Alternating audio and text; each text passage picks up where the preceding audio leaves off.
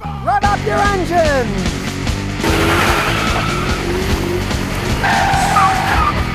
It's time for the Scotty Kilmer channel. I admit it, I've been driving Mustangs since the 60s, and I always believed you gotta have a V8 engine if you want to have fun driving them. But times have changed, and so have I.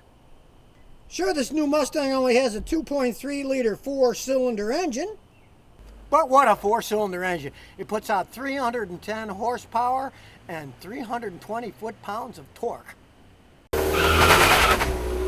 Now you might very well ask, how does such a small engine put out 310 horsepower? Well, here's how. First, it uses gasoline direct injection. With gasoline direct injection, it's more like a diesel. There's a regular fuel pump that pumps fuel from the gas tank up here. Then this mechanical pump boosts it up to 3,000 psi. Then at high pressure fuel is pumped the whole way to the fuel injectors on the rail, which are direct injectors. They inject fuel right into the cylinders. And that's a more efficient way of distributing the fuel, so you get more power and better gas mileage at the same time. Heck, I got 32 miles a gallon when I drove it going 55 miles an hour.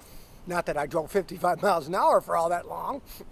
Because realize, the faster you drive, the worse your gas mileage you get. And I'm a pretty fast driver, so my wife would get 32 miles a gallon, but I won't.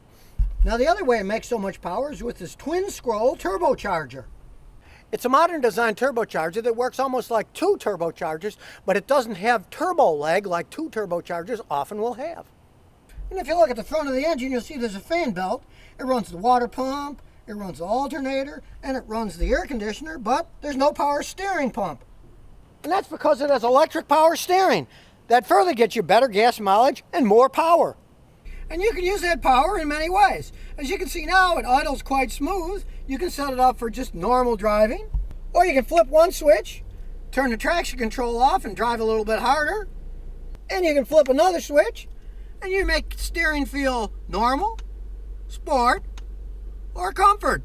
Since it has electric power steering, the computer can adjust it lots of ways. But my favorite is the last button, the mode button. You hit that, you can drive normal, you can drive sport, you can drive track, or you can drive snow or wet. Of course, you know what I'm going to pick. I'm going to run it on track, even though you're supposed to only do that on the track. That's why it's got a little helmet sitting on the bottom warning you. That turns a lot of the speed controls off unless you get into a really extreme situation. Then it will put traction control and stuff back on. Because realize, modern day racing cars even have traction control. It's on the far end of traction control, but it's still there to keep them from killing each other. But I do have to say, one thing surprised me about this Mustang. My wife actually liked it. And that's because she didn't like the way they rode. She said they were too bumpy. But since Ford redesigned the rear suspension to join the 21st century, and they now have fully independent suspension in the back, they really do ride a lot better. She didn't know anything about this at all. She just knew that it rode a lot better and she liked driving it.